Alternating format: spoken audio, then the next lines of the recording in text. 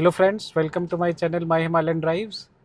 इस वीडियो में मैं कवर करने वाला हूं कि एक फुल टैंक पे हाइलक्स कितने किलोमीटर तक जा सकती है। तो as per Toyota Hilux documentation, जो हाइलक्स का फ्यूल टैंक है उसकी कैपेसिटी 80 लीटर्स है। और as you can see on screen कि on an average my fuel economy is 13.5 kilometres per litre. तो अगर मैं 13 किलोमीटर का भी एवरेज रखता हूँ तो 13 इंटू 80 1040 किलोमीटर। लेट्स से 13 का एवरेज दिखा रहा है, बट एक्चुअल एवरेज जो मुझे मिल रहा है अगर वो 12 का मिलता है देन ऑल्सो 12 इंटू 80 यानी 960 किलोमीटर तक मैं एक फुल टैंक पे जा सकता हूँ। लेकिन नॉर्मली होता क्या है, जब आपकी एवरेज रनिंग रेंज 120 किलोमीटर रह जाती है as per instrument cluster, distance to empty 120 kilometre 130 kilometre, तो वहाँ पर एक तो वार्निंग लाइट आ जाती है टू रिफिल। फिर वो 120 कम होते होते 110 100 90 80, जब वो 1 से 0 हो जाती है तो आपको एक अलग से इंडिकेटर आ जाता है रीफ्यूल का, as you can see on screen refuel. So अगर आप इस समय मेरी स्क्रीन पे देखो, एक तो लो फ्यूल वार्निंग आ चुकी है जो यहाँ पर दिख रही है। लेट मी सी, ये दिस वन, प्लस एक यहाँ पर रिफ्यूल आ चुका है। हाउएवर अगर आप ट्रिप मीटर देखो तो मैंने 785 किलोमीटर चलाया है। सो 785 किलोमीटर्स अभी तक ये चल चुकी है फुल टैंक पे। इस पर लो फ्यूल वार्निंग प्लस रिफ्यूल दोनों आ चुके हैं।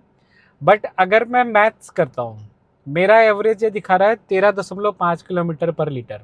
For me it is important, क्योंकि होता क्या है, नॉर्मली जब मैं 500 से 550 600 किलोमीटर चला चुका होता हूँ और रेंज लगभग 200 किलोमीटर रह जाती है एज़ पर इंस्ट्रूमेंट क्लस्टर, इस पर लो फ्यूल वार्निंग आ सकती है।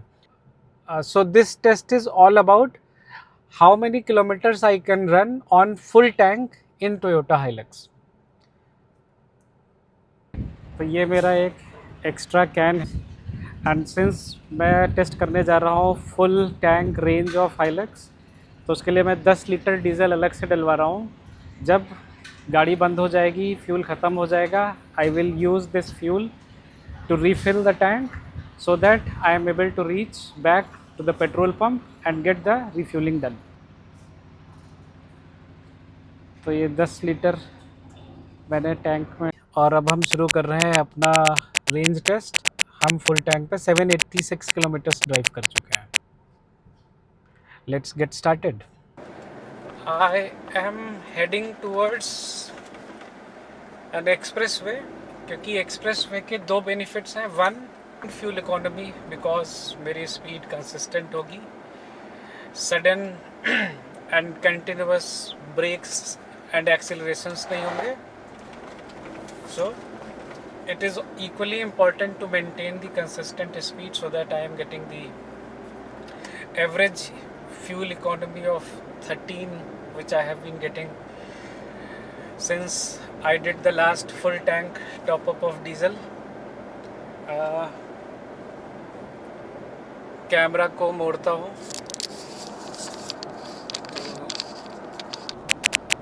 तो भी ट्रिप पे मैं 800 किलोमीटर चल चुका हूँ।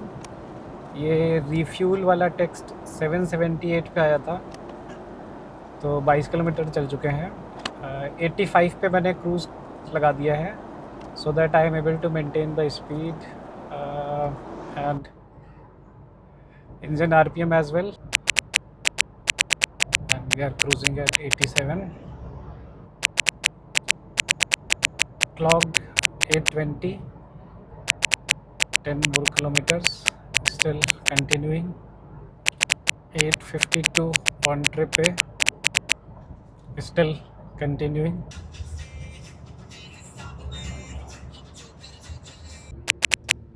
सो अभी 878 किलोमीटर ऑन ट्रिप है, एज यू कैन सी। तो इसका मतलब जब ये रिफ्यूल टेक्स्ट अपीयर हुआ था 900, 928 और 778 पे रिफ्यूल अपीयर हुआ था, यानी कि हम 150 किलोमीटर इन रिफ्यूल मोड चल चुके हैं। तो 939 किलोमीटर चल चुके हैं हम।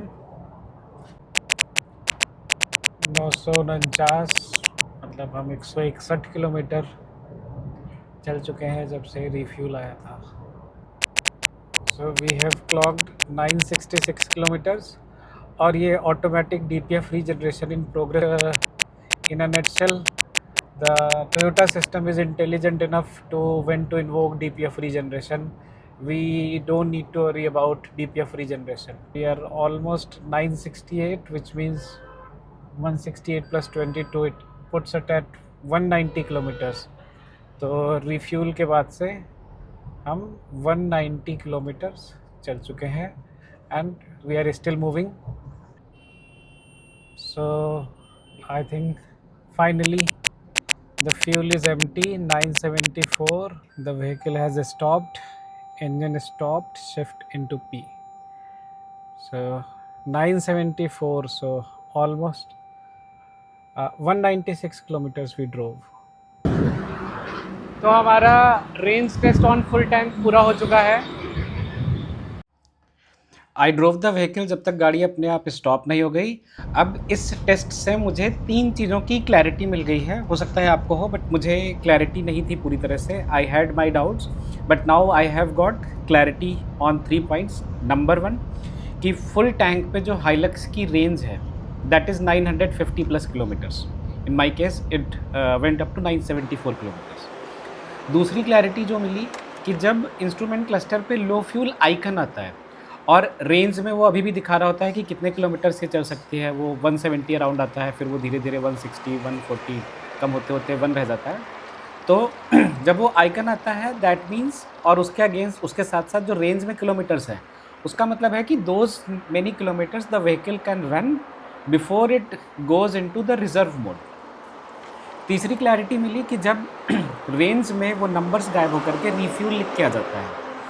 So the moment refuel comes, that means the vehicle has now gone into reserve mode. तो अब आपका जो vehicle है वो reserve mode में आ गया है. और जैसा instrument cluster कहता है कि there is around 12 liters of diesel in the fuel tank जब वो reserve लग जाता है.